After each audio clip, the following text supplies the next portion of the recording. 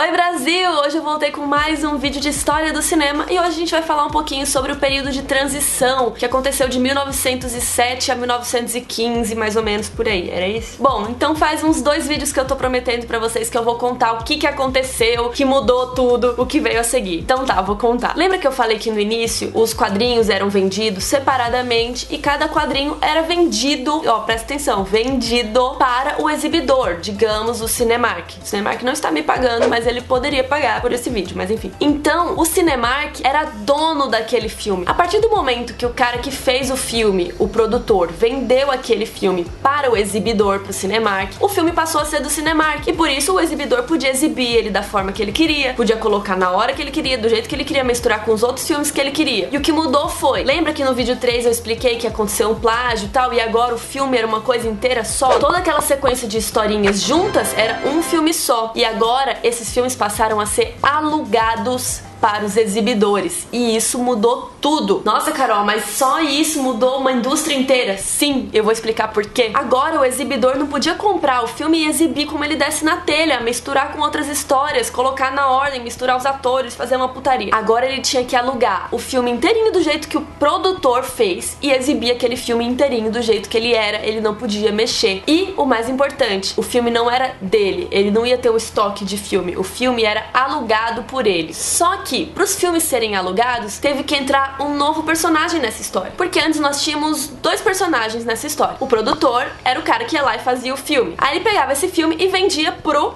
exibidor. E aí o exibidor comprava o filme do produtor e exibia. E era isso. Como o filme era alugado, entrou um novo personagem, que vai ser eu, nessa história, que vai ser o distribuidor. O distribuidor é o cara que vai pegar o filme com o produtor e alugar para os exibidores. E isso foi uma das primeiras coisas que aconteceram que transformaram o cinema numa indústria. Nesse momento o cinema deixa de ser uma arte, tudo assim, não que deixa de ser arte, mas assim, pulou, né, de ser só arte, ser uma coisa que você vai lá assistir, e ele passou a ser uma indústria, passou a ser uma mídia de massa. O filme passou a ser um produto. E aí, como a gente tá falando de uma indústria, tudo isso passou a ser organizado agora em moldes econômicos. Então tudo que acontecia agora tinha relação com dinheiro. Claro que antes também tinha, mas o que eu quero dizer é que agora o processo ficou bem divididinho em várias etapas. Tem o produtor que faz só isso, o distribuidor só faz isso, o exibidor só exibe. E isso também causou uma coisa interessante. Como agora o exibidor não podia comprar o filme, ele tinha que alugar, você comprar uma casa é muito mais caro do que você alugar uma casa, não é mesmo? Então, com o mesmo dinheiro que você comprava uma casa, você consegue alugar várias. E o que aconteceu? O exibidor conseguiu alugar muito mais filmes. E aí a demanda de filmes cresceu. Tcharam! Ou seja, uma mudancinha, olha o tanto de coisa que vai acontecer depois disso. Agora os filmes são alugados, então agora o exibidor tem mais dinheiro pra alugar filme, e se tem mais filme passando, vamos ver se chegou à conclusão.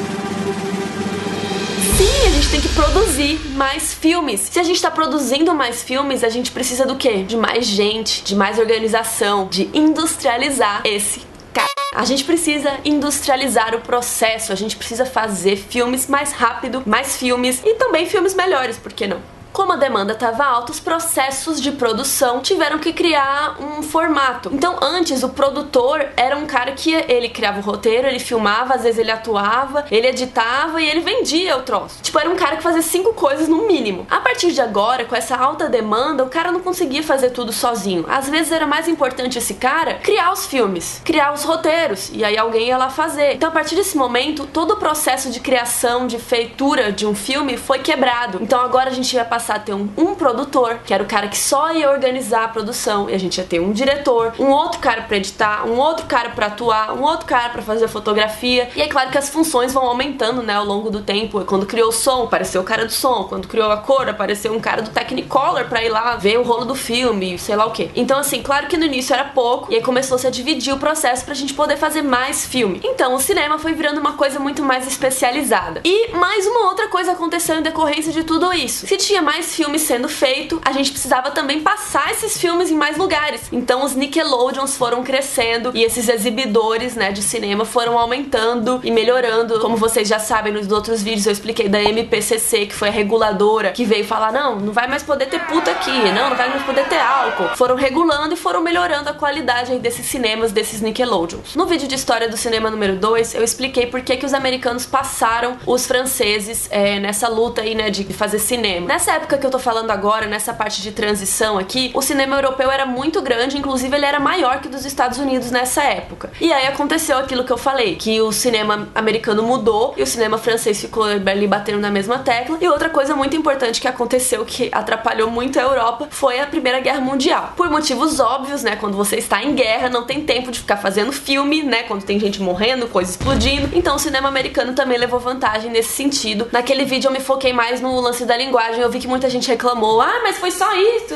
Então não, teve outras coisas também. Eu não sei se eu vou fazer um vídeo só sobre essa rivalidade ou só sobre a Primeira Guerra. Enfim, só queria esclarecer que também tiveram outros motivos. Mas aqui nesse período de transição, antes da guerra, o cinema europeu era muito grande. Nessa época de transição, também teve muitos avanços na linguagem e na narrativa, principalmente na linguagem, que é a forma que você conta a história, né? Os planos que você vai utilizar, como você vai filmar aquilo, isso é linguagem. Narrativa é muito mais relacionado à história. Então nessa época se desenvolveu bastante a linguagem. Mas é claro que nessa época ainda tinha muita coisa, muitos resquícios do cinema de atrações, porque as coisas não mudam simplesmente de um dia pro outro. Descobrimos essa coisa nova, então a gente vai filmar todo mundo agora sim. Não é bem assim. Por exemplo, o Facebook e o Orkut. Quando lançou o Facebook, todo mundo saiu do Orkut no mesmo dia e falou assim, eu amo o Facebook. Não, tinha gente que só queria saber do Orkut. Teve gente que só criou o Facebook, 2 anos atrás, porque não queria sair do Orkut, não queria sair do MSN. Então tem gente que é resistente à mudança, tem gente que já vai logo, tem gente que fica ali tentando misturar os dois, e aí aos poucos todo mundo foi largando o Orkut e vindo pro Facebook, e foi mais ou menos assim que aconteceu com o cinema de atrações, as pessoas foram largando aos poucos. Agora, com relação à linguagem, os filmes começaram a aumentar de tamanho. Antes eles iam de segundos até 5 minutos. Agora eles tinham conseguido aumentar o tamanho do rolo do filme, e o rolo do filme tem um determinado tempo. Então agora os filmes passaram a ter de 5 a uns 15 minutos, dependendo da época, do diretor e de tudo mais. Então cada vez mais eles queriam criar histórias que tivessem um pouco mais de complexidade, só que ainda era um pouco difícil pro público entender. Por isso que tinha aquele narrador, o explicador. Então cada vez mais eles queriam que o filme fosse algo sozinho, fosse algo autoexplicativo, que a gente não precisasse de ninguém ficar contando o que tá acontecendo. Então agora os personagens começaram a ter mais vontade, começou a ter uma coisa mais emocional do que física, do que aquelas piadas de mangueira, de gente pulando. Então agora as histórias começam a ficar um pouco mais complexas. E essa fase foi chamada de transição não é à toa, porque nessa fase foram descobrindo muitas coisas e muito experimentalismo também. Então os filmes nessa época eram bem loucos, assim, cada um tinha um jeito. Também começaram a surgir os intertítulos, que são aqueles textos que você vê lá no cinema mudo, aquele cinema preto e branco, que tem uns textões. Antes o cara pegou e falou assim, não, então já sei, em vez de ter o explicador, eu vou colocar um textão explicando tudo que vai acontecer na cena seguinte. Então tinha um textão, aí você lia, e aí o cara ia lá e beijava a mocinha e não sei o que. E aí alguém teve a ideia, gente, se a gente colocar as falas das pessoas no textão, então tá, aí começaram a colocar o textão explicativo, daí depois vinha o textão com a fala do ator, e daí depois o ator falava a fala inteira, então você já sabia tudo que o cara ia falar antes dele falar. Aí alguém pegou e falou assim, não, e se a gente colocar os textos no meio da fala dele, vai ficar um pouco melhor. Então começaram a cortar a fala da pessoa no meio pra colocar o textão. E esses textões hoje em dia a gente acha bizarro, e um textão, como eu tô chamando, né, de textão, uma coisa muito comprida, mas naquela época foi ótimo pra deixar o personagem uma coisa mais individual, uma coisa que a gente conhece melhor, tipo, aquele cara, ele é um garanhão, aquela mulher, ela é uma mocinha. Então pelo jeito que ele tava falando, a gente sabia como aquele personagem era. Então isso foi muito bom pra deixar os personagens com mais motivações, com mais vontades, com mais características pra gente gostar ou não deles. E foi nessa época que talvez vocês se lembrem desse nome, plano americano. Vocês já devem ter ouvido falar. Esse é um tipo de enquadramento, mas ele não foi criado tipo, esse plano agora vai se chamar plano americano, porque os americanos, nós somos foda. Não foi isso. O lance é que até 1908 existia um padrão de filmagem, que era a câmera bem de longe e as pessoas lá pequenininhas e um teto. Teto é esse espaço aqui, da minha cabeça até aqui. Quando a gente vai gravar, por exemplo, a gente fala, dá menos teto, dá mais teto, esse tipo de coisa. Então, naquela época, os personagens ficavam em pés, inteirinhos, então em cima tinha um teto e embaixo tinha o mesmo tamanho do teto e a pessoa ficava aqui no meio em pé, ou seja, era super longe. Em 1909, alguém teve a brilhante ideia de colocar a câmera um pouco mais perto pra começar a ver as expressões dos atores melhor, e aí começaram essas experimentações aí de mudar a câmera de lugar, que nem eu já tinha falado. E aí, em 1910, a Vitagraph criou um plano novo que eles chamavam de plano de 9 pés. A pessoa ia ficar 9 pés da câmera. Isso dá uns 2,74 metros mais ou menos. Nesse plano se cortava o tornozelo e o pé dos atores. Então o cara ia ficar em pé, só que cortando um pedacinho, e em cima ia ter aquele teto que era uns 30 centímetros mais ou menos. Então aproximou um pouco a câmera. Não muito, mas já deu uma aproximada. E aí, os europeus não usaram esse plano logo de cara. Eles foram, como eu disse, eles eram mais resistentes a essas mudanças. Mas quando eles finalmente resolveram usar, eles chamaram de plano americano.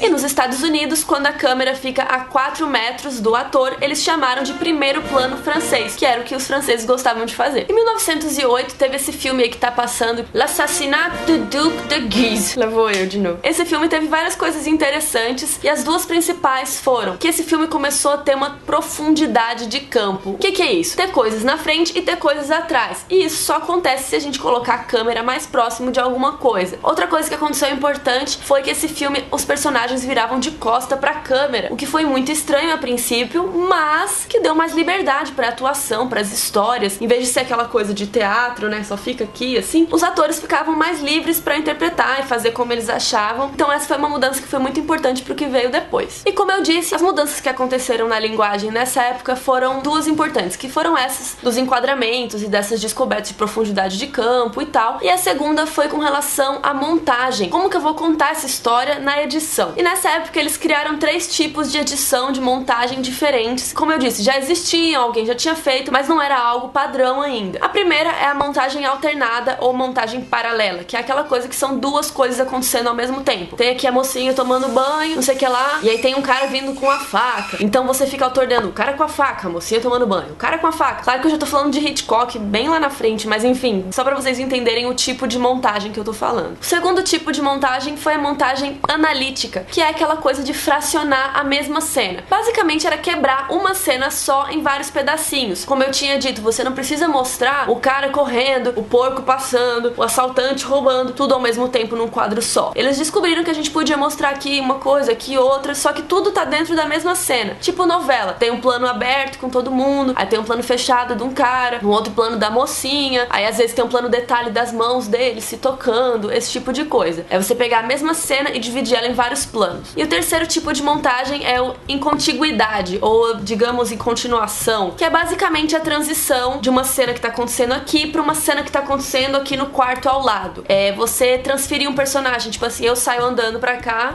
e aí na outra cena eu vou entrar no outro quarto, só que andando nessa mesma direção. Eles descobriram que se os personagens saíssem por ali e na próxima cena, no outro lugar, ele entrasse por aqui também, ia ficar muito mais fácil do espectador entender. Ou seja, esse tipo de direcionamento conduzia o olhar do espectador e ficava mais fácil de entender a história, que é uma coisa que a gente usa até hoje. Outra coisa dessa contiguidade aí, por exemplo, é eu estou olhando aqui pra fora, olhando pro mundo. De repente a câmera mostra o que é que eu tô olhando, que aqui no caso seria o prédio da frente, que não tem nada aqui na frente. Ou seja, isso seria um olhar subjetivo do que eu tô vendo. Então isso passou a ajudar também as características desses personagens, porque eu tô olhando uma coisa, aí mostra o que eu tô olhando, então fica mais fácil. E outra coisa bem interessante é que nessa época também surgiu o plano e o contraplano, que é quando tem uma pessoa olhando, e depois corta, tem outra pessoa olhando pra ela. E assistindo isso você entende que os dois estão se olhando e conversando. Então hoje a gente tem isso como estabelecido, mas na época foi uma grande brincadeira, uma grande experimentação, e aí foi chegando no que a gente tem hoje. Então essa foi a fase de transição, e agora os próximos vídeos que eu tenho programados são o do Griffith, que é um grande diretor que desenvolveu muito essa linguagem e narrativa também, mas ele foi um cara que aprendeu muito a usar montagem a favor do seu filme. E em seguida eu quero falar do Chaplin, que também foi um rei do cinema mudo com o Carlitos, né, o vagabundo, seu personagem. E aí depois disso, depois desses diretores, eu quero entrar nas vanguardas dos anos 20. Aí a gente vai começar a falar, por exemplo, de expressionismo alemão, que vai ser mó legal. Então não deixe de escrever seu comentário aqui embaixo, compartilhe o vídeo com seus amigos que gostam de cinema